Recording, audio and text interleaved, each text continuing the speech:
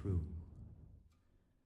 Nervous, very, very dreadfully nervous. I have been and am.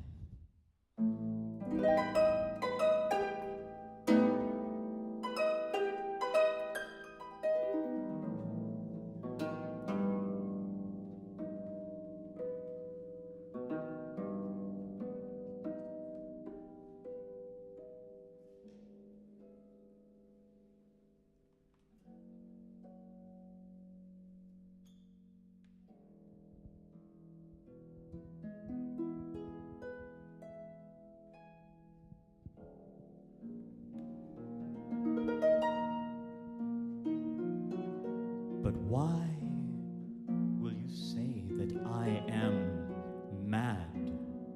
The disease had sharpened my senses.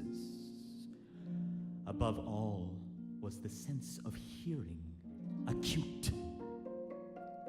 I heard all things in the heaven and in the earth.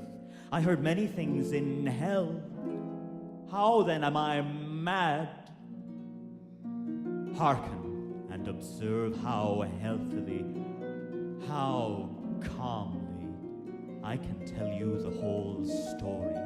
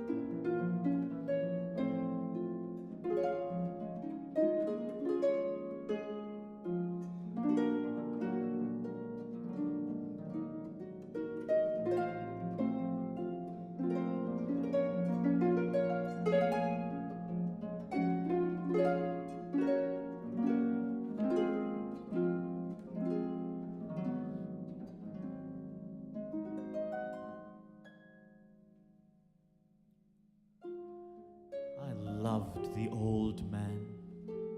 He had never wronged me. He had never given me insult. For his gold I had no desire. It is impossible to say how first the idea entered my brain. But once conceived, it haunted me day and night. I think it was his eye. Yes, it was this. He had the eye of a vulture.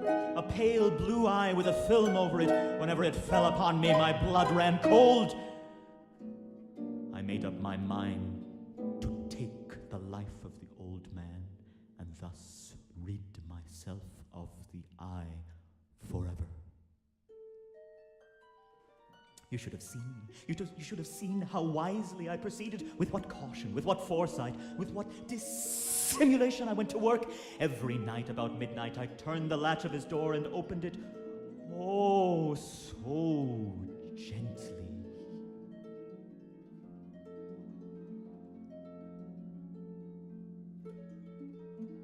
Oh, you would have laughed to see me.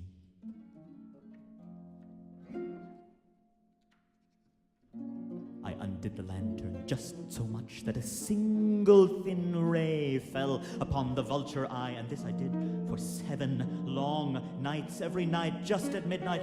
But I found the eye always closed, and so it was impossible to do the work.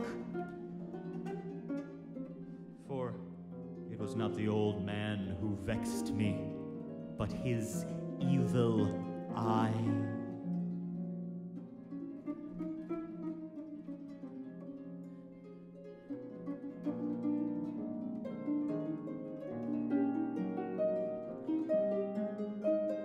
The 8th night I was more than usually cautious in opening the door. Never before that night had I felt as aware of my powers.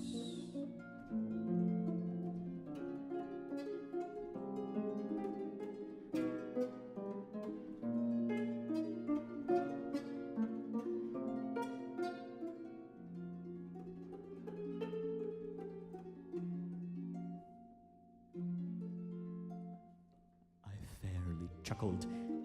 Perhaps he heard me. He sprang up, crying out, "Who's there?"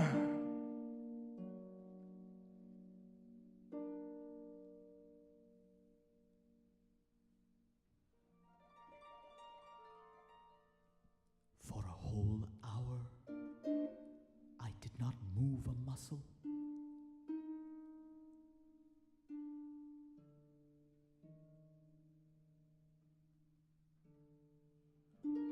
Presently, I heard a slight groan, and I knew it was the groan of mortal terror, the low, stifled sound that arises from the bottom of the soul. I knew the sound well.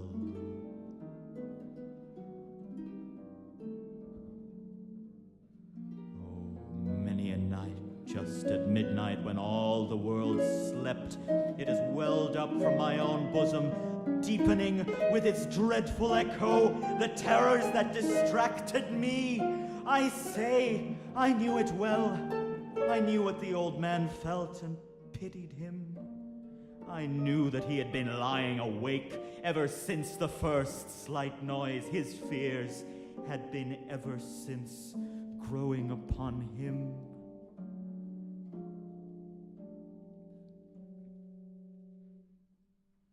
I resolved to open a very, very little crevice in the lantern.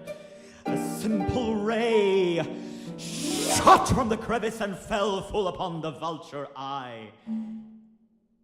And have I not told you that what you mistake for madness is but over-acuteness of the sense?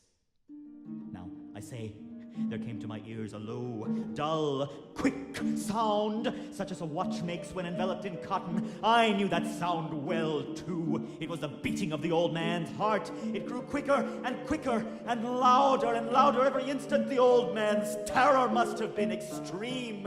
It grew louder. The old man's hour had come. In an instant, I dragged him to the floor and pulled the heavy bed over him.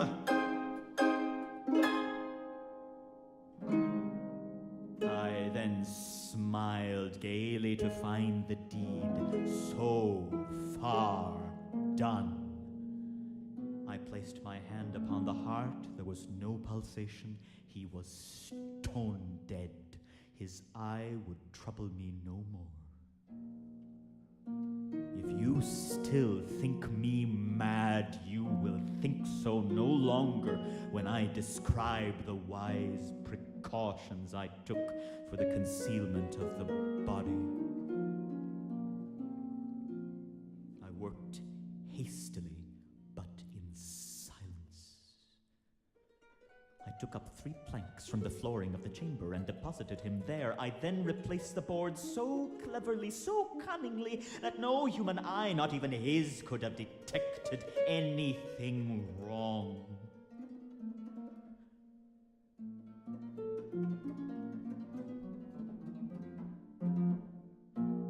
It was 4 o'clock, still dark as midnight. There came a knocking at the street door. What had I now to fear? There entered 3 men who introduced themselves as officers of the police. I smiled, for what had I to fear? I bade the gentlemen welcome.